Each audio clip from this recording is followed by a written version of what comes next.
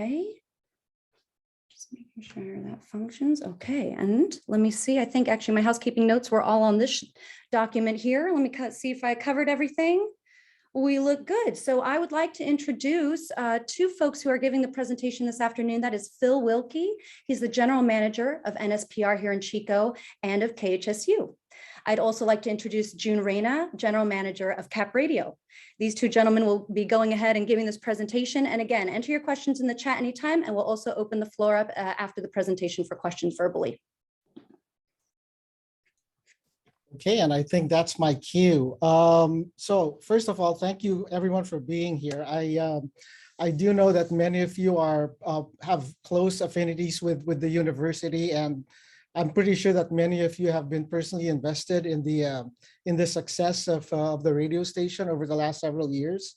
So what I'd like to do at this point is just sort of provide some background and context for how we got here at this point. And I still can't get my head around the fact that this all started, our journey started 3 years ago.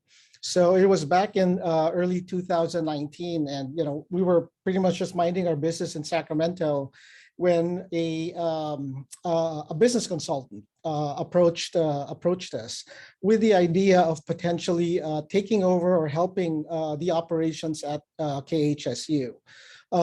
My sense was this was a consultant that had originally been commissioned by the university, but back then it was an interesting notion, but it was hard for us to make sense of it because Humboldt felt so detached for us. It was so far away. We had no direct connection with the community, no direct connection with the audience.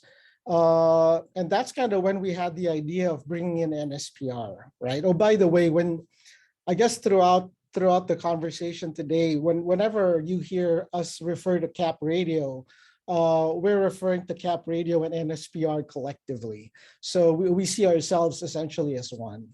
And so we brought NSPR on board to join the conversation because it made much more sense from a geographic standpoint, right? And so that was right around January 2019. In April 2019, very early into the conversations we were having with both the university, the university folks at Humboldt, Humboldt carried out a pretty major reorganization of KHSU. And so this kind of left us scratching our heads, what do we do now about the station? And so we had not entered into any sort of agreement with the university yet. But I had seen this before. I had seen this in one of the stations we currently manage, wherein the university had decided to let go of the station or to sell the license. And we knew right away that, what would happen was that license would end up with a religious broadcaster. Not that there's anything wrong with a religious broadcaster, but that's where the money is, right? And so we felt that, we didn't want the North Coast to lose their access to relevant news and information. And so since April 2019, I don't know if people know this, but we've actually been providing the programming to KHSU since 2019. And, we kind of cobbled things together. We had our engineers. Thankfully, there was still one engineer that was left at KHSU that, knew how to get into the buildings, knew how to get into the equipment.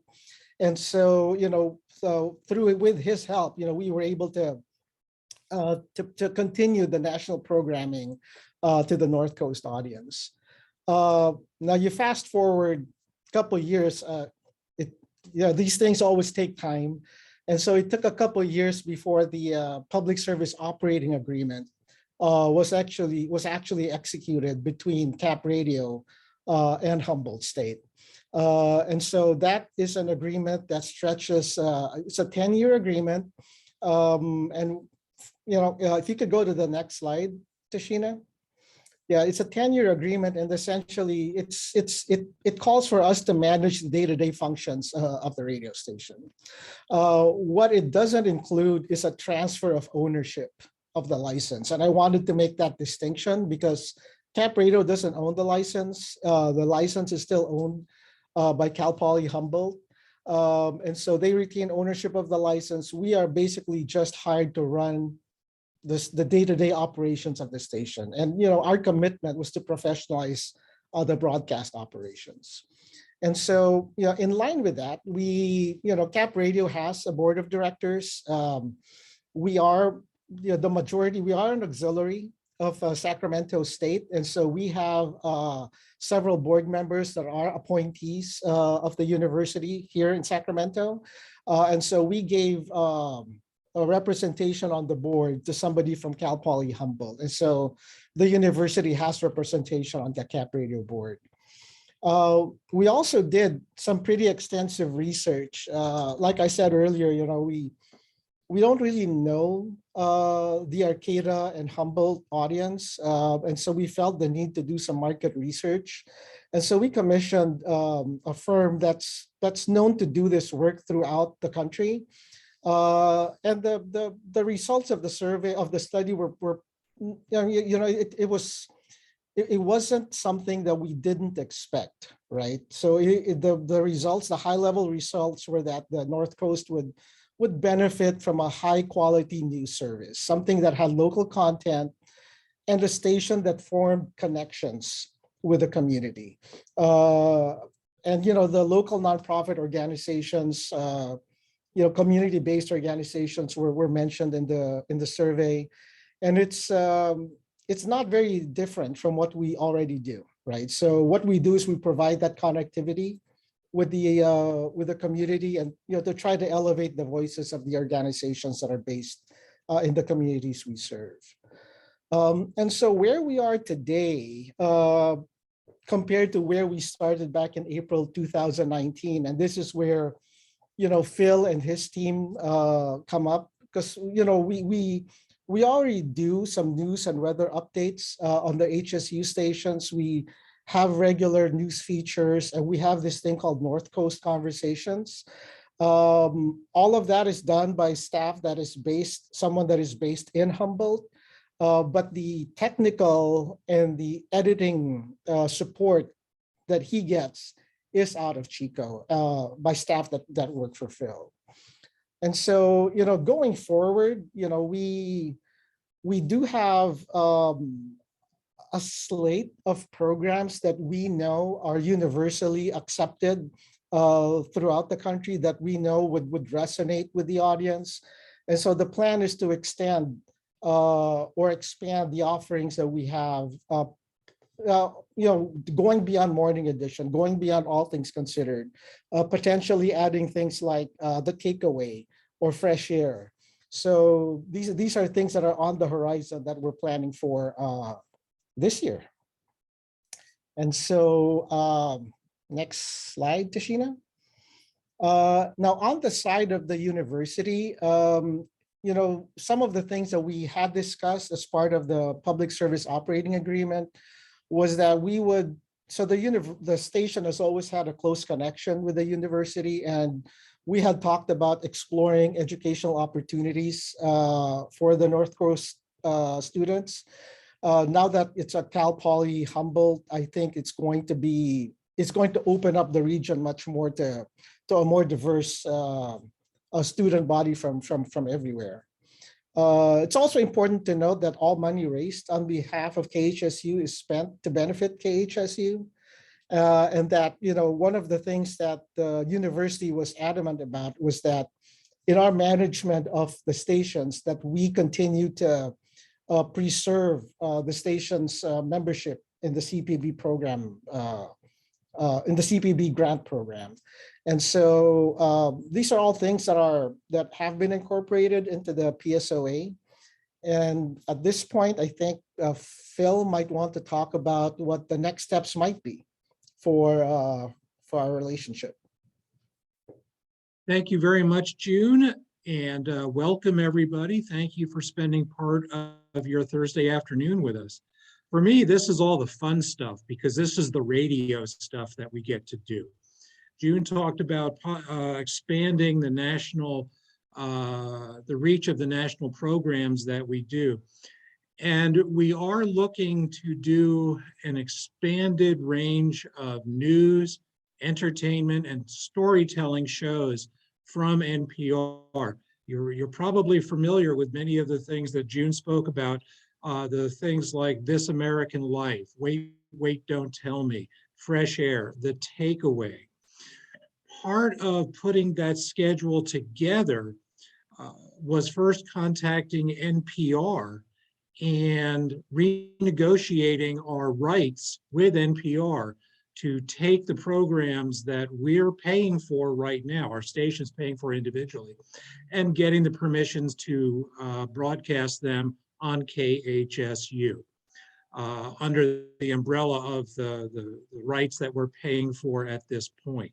So we also have to look at how does that affect the broadcast automation, which governs when you cut in and out of network programmings, when you cut in and out of satellites.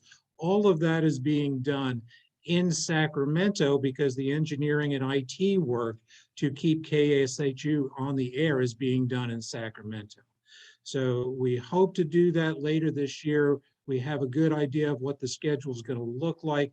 We just need to make sure that the engineering and the operations is in place before we push the button. Even after that, we hope to renew the business underwriting program, which gets business messages on air.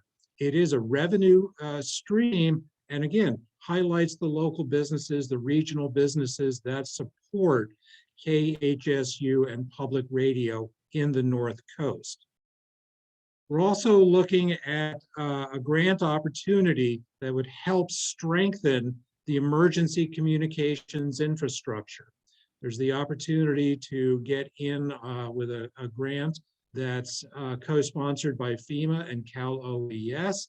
We're looking at how that would impact all the different broadcast sites and what the engineering would need to be done to take advantage of that. We know that making public radio relevant to the community, any community, is dependent on one thing, and that's local, vital reporting and local programming. That's as true in Sacramento or in Chico as it is in Humboldt.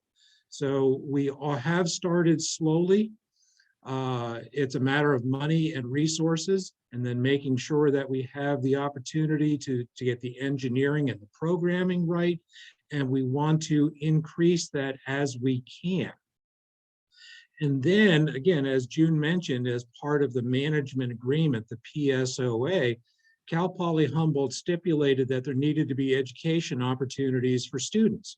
Well, there haven't been students on campus for the last couple of semesters because of COVID. I don't believe that Humboldt is in an on-campus mode right now.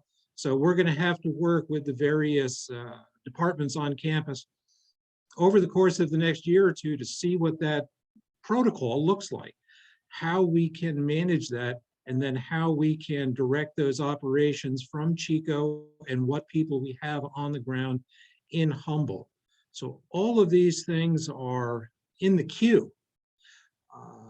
And that's the whole slate of these things is what the North Coast listeners will eventually be listening to when they tune into KHSU. Next slide, please. That is our part of the presentation.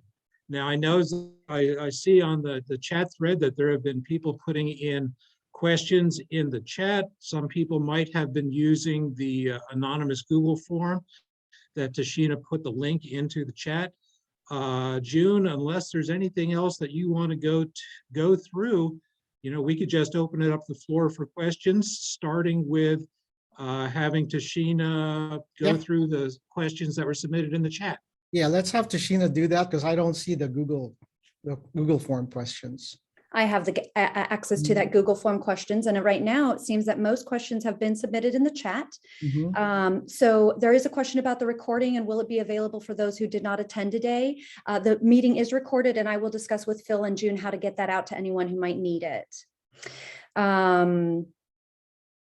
I would like to make raise the point that Pam Mendelson indicated that there was at least a KHSU Community Advisory Board. There's a recommendation that we might connect with them after this meeting. Yeah, so that's actually something that we had talked about.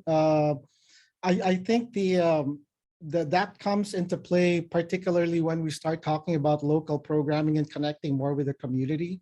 I think maybe later this year, but right now it's the thrust is really to provide more of the national programming that the North Coast doesn't get.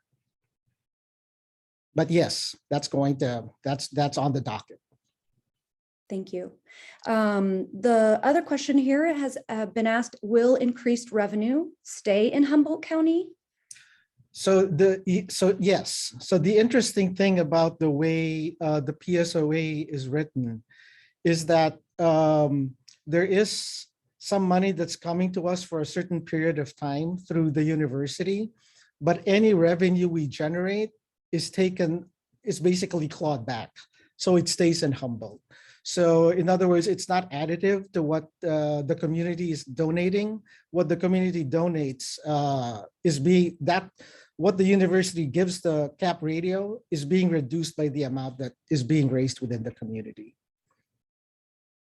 But it's also part of the agreement, and I believe it might be an FCC or a CPB regulation, that anything raised on behalf of the university, or excuse me, on behalf of the station, stays to benefit the station. Mm-hmm. Thank you. There is a question following that one. Did the market survey reflect a local desire for more national programming? Yes, it did. It did also ask for more local content. And I guess this is where having an advisory board is going to come in handy when we start talking about local content, exactly what shape or form that takes. Why is the current technical quality on air so bad for the national programs? Lots of repeat voices. For the last couple of years, you've heard I want to call it the raw feed of shows like Morning Edition, All Things Considered, where a station might put in local breaks, local programs, local weather. There have been music beds that are provided within that.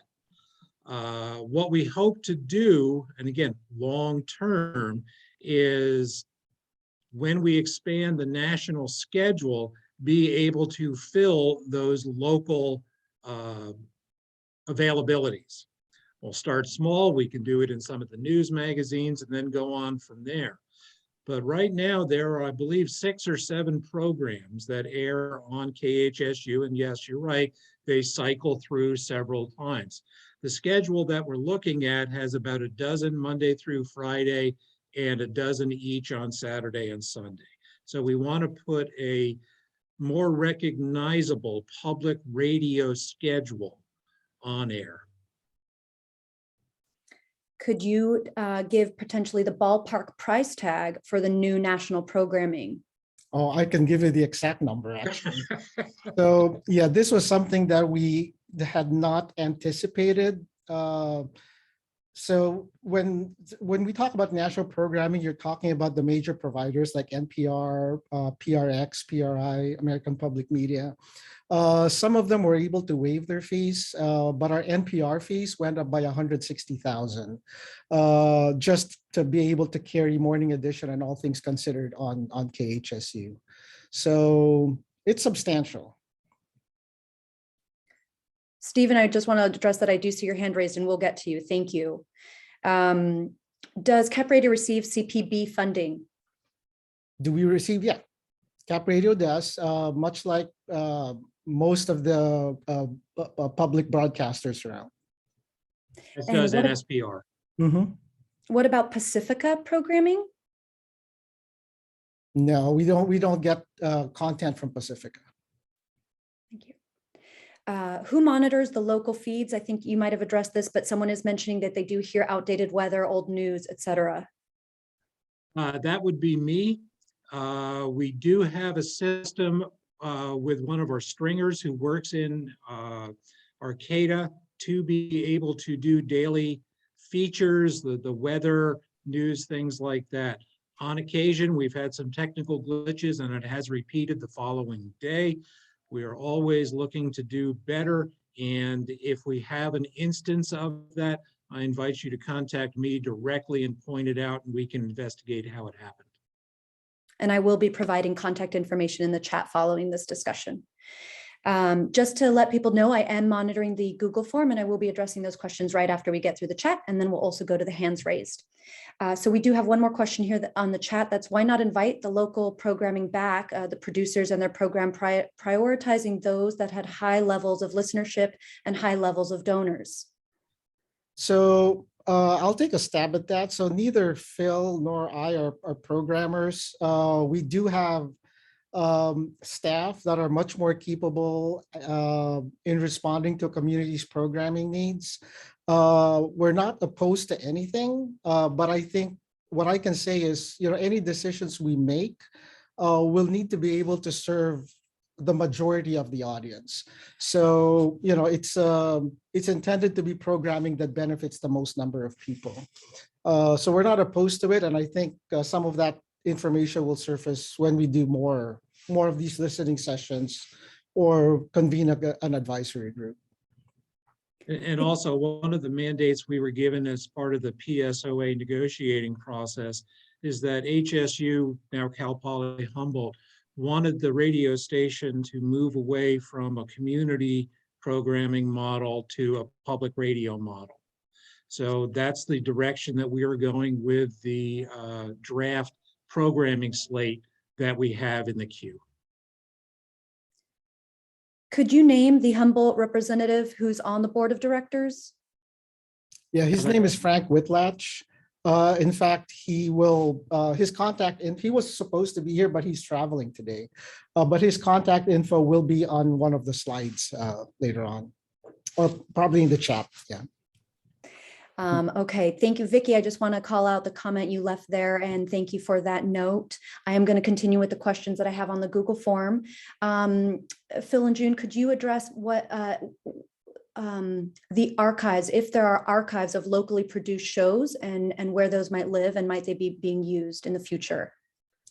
I honestly have no idea. We don't have access to any historical content that might have been produced, and I think the best bet would be to ask the university. Do you have any sense of that, Phil? I don't. If there was even an archive material saved or recorded at the time, the university, which owns the license, the broadcast license, would have the copyright on that. And yeah, but I know nothing about that.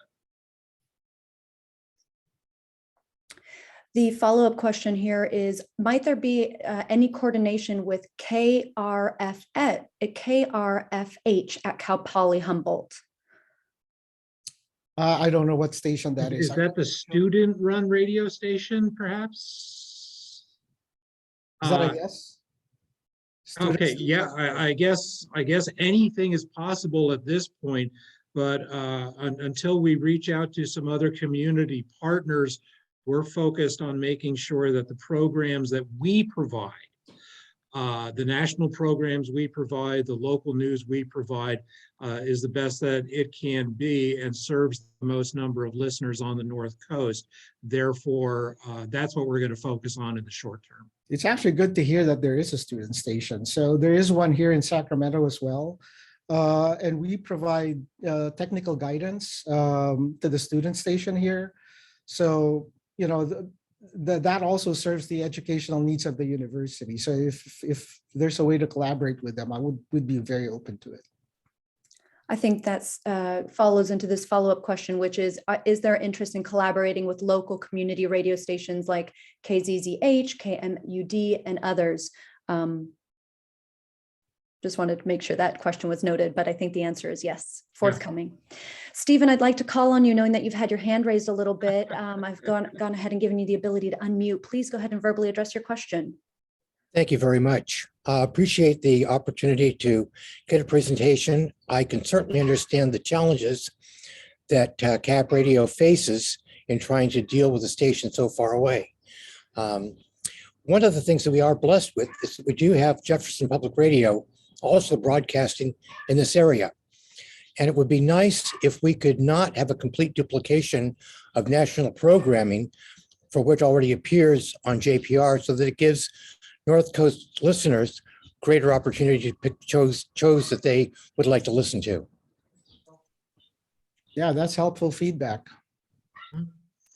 Yeah, we know that JPR, which covers much of Southern Oregon and Northern California, most NPR affiliates carry the same shows. Most everybody does Morning Edition, All Things Considered, the Fresh Airs of the world. So there's always going to be duplication because those shows attract a wide audience. It's Actually, the news and information station of JPR does not carry Morning Edition. That's carried on their classical radio station, which we also have access to. So I would just encourage you to look at their programming, to see what they've got, and to recognize that we are already getting many of those station programs. There's a broad range of NPR programs that are available. It's not a really limited resource. And there were many science programs and things like that. There were half-hour programs and so forth. And I think that was one of the real attractions for me of KHSU at the time, was that there were so many non-current news programs. I mean, you can only take current news for so long. And it's nice to have some of the other programming that was looking at the oddities of life, the unusual places and things of that nature, unusual people. And so I would really encourage you to look and cast a broad net for what type of national programming might be suitable to this area. And I'd be happy to sit down and talk with anybody about that. Thank you. The hidden brains out there, there are a whole bunch of programs. Yes, exactly. It's not necessarily hard news, but it's relevant issues, relevant topics. Yeah. Thank you, Stephen.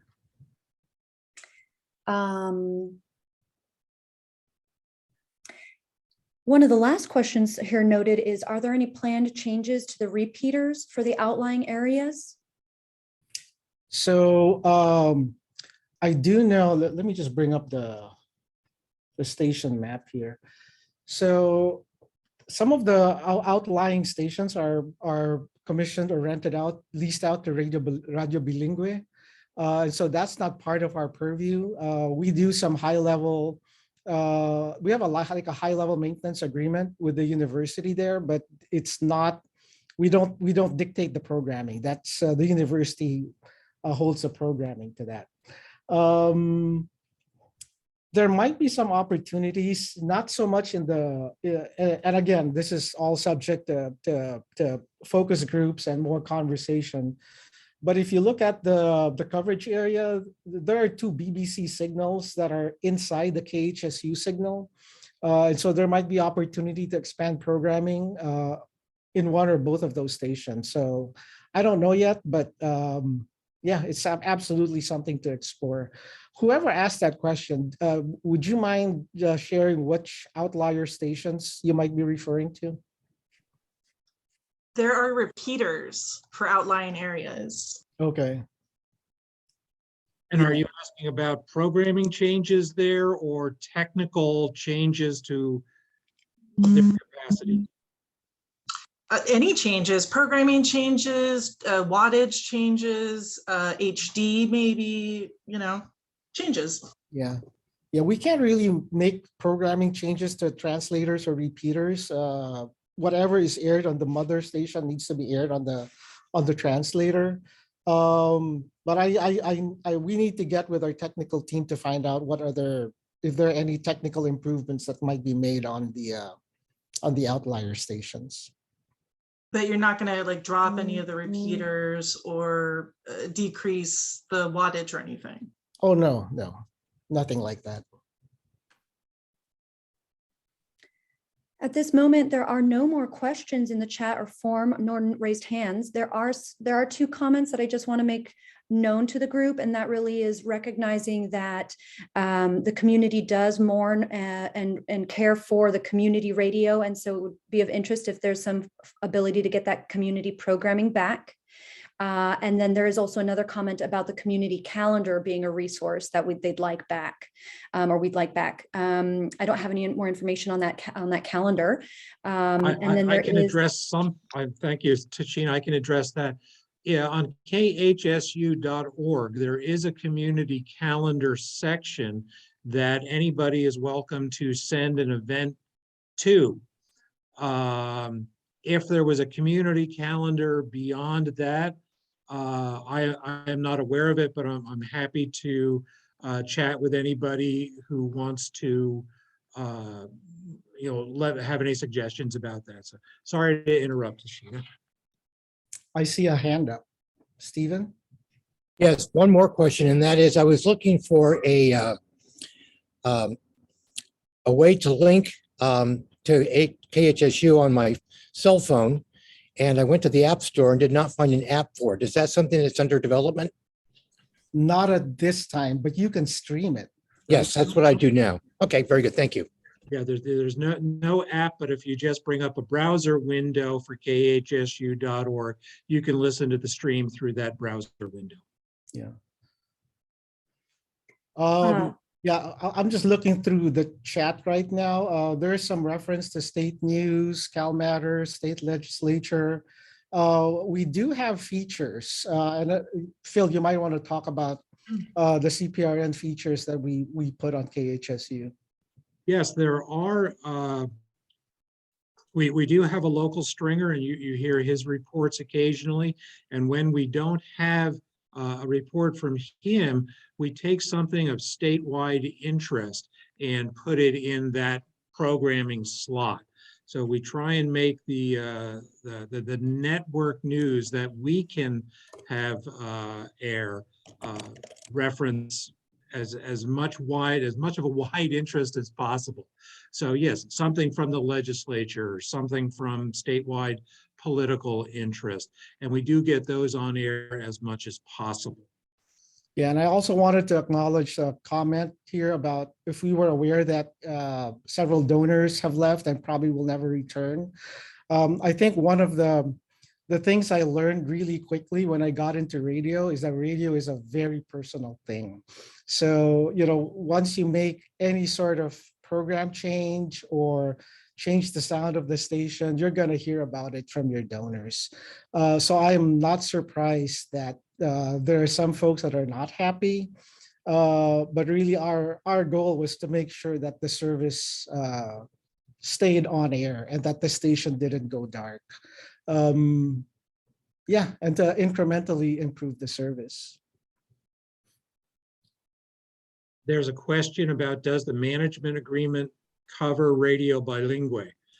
Not in terms of programming. We do maintain the transmitter that it's on, and we do take over the functions, the regulatory functions of filing the quarterly and annual reports, because that is a full power radio station, a full power transmitter. It comes with a set of FCC regulations. So we do that as well, but it's not, it is not something that we program locally. It's a pass through from Fresno-based programming service.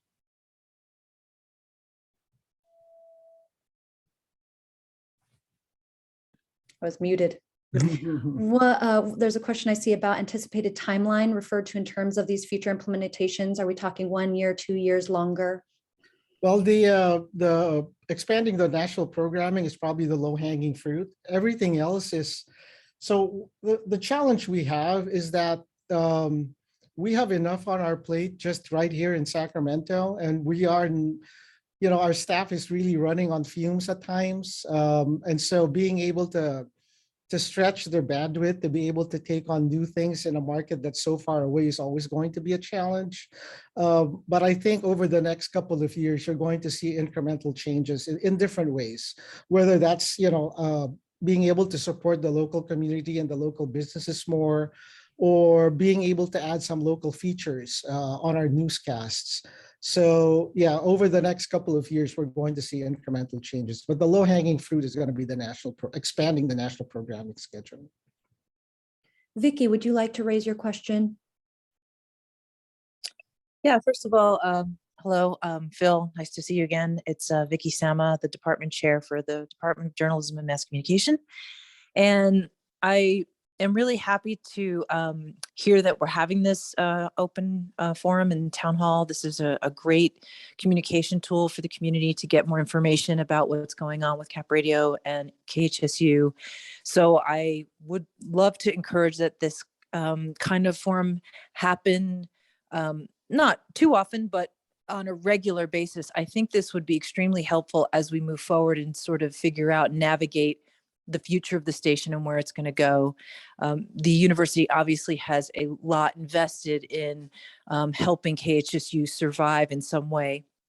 Holding the license is a really important aspect of that, but also being able to contribute some content and information at some point.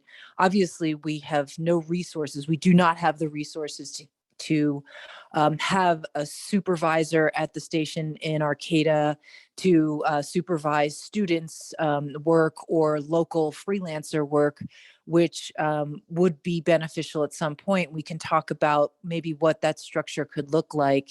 But I want to just encourage that these conversations continue, and also to clarify that we do have a 24/7 student radio station, KHSU Radio Free Humboldt on 105.1 FM and at krfh.net. And we have a faculty supervisor who oversees the students who do all the work, who do the management and the promotions and the DJs and all of the aspects of the radio station. So there is a educational experience already on, Humboldt's campus, and KHSU should be a different experience. And so we have to somehow decide what that's going to be. But anyway, these conversations are really important to have, and I hope we can continue to have them. Thank you very much, Vicky. Good chatting with you again. Sean Takata McLaughlin asks, the licensee is the CSU system, not Cal Poly Humboldt. Actually, Cal Poly Humboldt owns the license. As part of the CSU system, it reports to the Board of Trustees, but the university itself owns the license.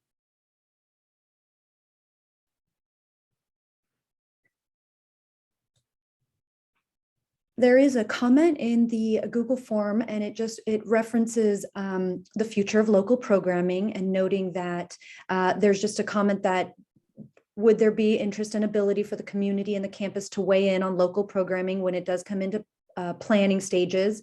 They do want to note that for example, that there's lead times needed. For example, if KHSU is going to consider bringing back the internship program with the Department of Journalism and Mass Communications, it would need to be planned out at least a year, or more likely 2 to 3 years in advance. So that comment wanted to be made known. Yeah, that's actually, I actually like hearing that if people acknowledge that these things take time, because we want to do this right. And it's not, honestly, we've never done this before. And so, being able to have this type of conversation is very helpful to us as well, because we don't know what we don't know. Neither Phil or I lived in Humboldt, so we don't know the community, we don't know the area. Phil has some folks that are actually living and working in Humboldt, but this is very helpful for us. There's also maybe another helpful recommendation here. It posed really to the larger group as a whole. Does anyone remember who was heading up the community advisory board? There might be a video that was made at one of those meetings when the radio station changed in 2019 that might be useful to Phil and June to review. If anyone does happen to know that information, go ahead and drop it in the chat, or follow up with me to share that information later. I saw Pam nodding her head. Looks like she's the keeper of all the secrets. And was- I think, yeah, go ahead. I was the development director for 4 years, back in the heyday of KHSU. And it is true that not just a few donors stopped donating to the station. It was so many people who were giving on a monthly basis, stopped. It was really a shame. But there was a video made at one of the CAB meetings that would be very telling about, what the community would like. Mhm. So if you'd like to see it, I can probably Absolutely. find it. Yeah, if it can be found, if there's a link available, please send it to me. Be happy to take a look at it. It's kind of a bunch of angry people. But I'm glad it's a video and not live. There you go. Sean, would you like to raise your question? Oh, yeah, I just thought I'd note, I put a link in, we had to archive the coverage that we had of those CAB meetings. If you are interested, it could be a little painful. But I guess the other question I have and note I wonder about is, the pandemic has really shifted people's experience, and for people everything is online now for, so much more than it used to be. And in that sense, radio has become a bridge for people who are not online in a way that it always has been, but even more importantly now than it ever was. I just wonder if that's in you folks, who are doing regional work. I really appreciate you taking the time to talk to us about what you're doing here, but you must be looking at that across the board. What do you do? I mean, anyway, this is a radio crowd, so everybody here knows there is life offline. But what about the analog generation? And is there a future analog generation? Anyway, just some ponderings. Thank you for the meeting. Do you have a comment to that, Phil? As somebody who grew up listening to the dawn of late night FM DJs and informed my record buying habits in the mid 70s, I sure hope there's an analog generation behind me. But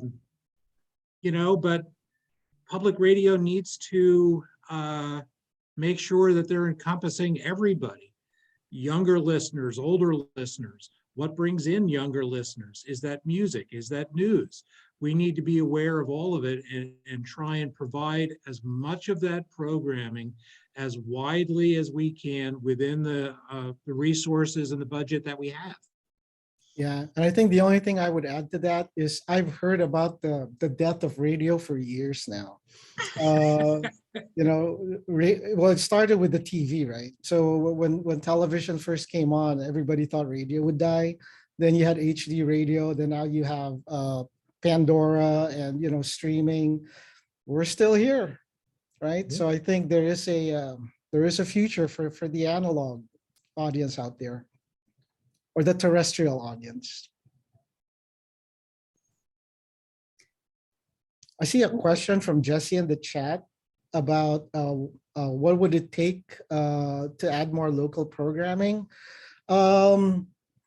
Yeah, at this point, like I said earlier, we don't know what we don't know, and we want to tread carefully and slowly. And so I think a lot more conversations like this, a lot more audience research, and quite frankly, it's a resource game, right? So like I said earlier, just the national programming is costing an arm and a leg, which we didn't expect. And so being able to resource that the right way is going to be critical. So that's the best answer I can give you, Jesse. I apologize, but I think over time, just being able to understand the audience much better is going to be a big help. Well, you take June's comment about the increased cost and marry that to Pam's comment earlier about the donors leaving. Mhm. And then you've got revenue going in two different directions at the same time. Mhm. So We are trying to build back local resources as we can with the resources that we have. We do have the national schedule that we hope to roll out soon. We have been able to work with NPR on that, but as June said, it cost us an extra $160,000 to do that without additional donor support, which went away understandably because the radio station that they knew went away. So we are trying to build things back up with as many local voices as we can for what we can afford at this point. And we realize that it is a virtuous circle because the more local content, the better local content that you have, the more listeners come back, and it gives them a reason to listen and a reason to support the station, which means we can do more public service and more local outreach. Hey, Tashina, are we able to save the chat with all the links? Yes, I have saved it and we'll save it again. Absolutely. One of the, maybe as a closing question, possibly one of Kevin Hoover did ask, is another session like this one planned as the station evolves? The short answer is yes. We don't have a date yet. But yeah, we will. We want to do more of these, especially when we start talking about, what it might look like to increase the local content on the station.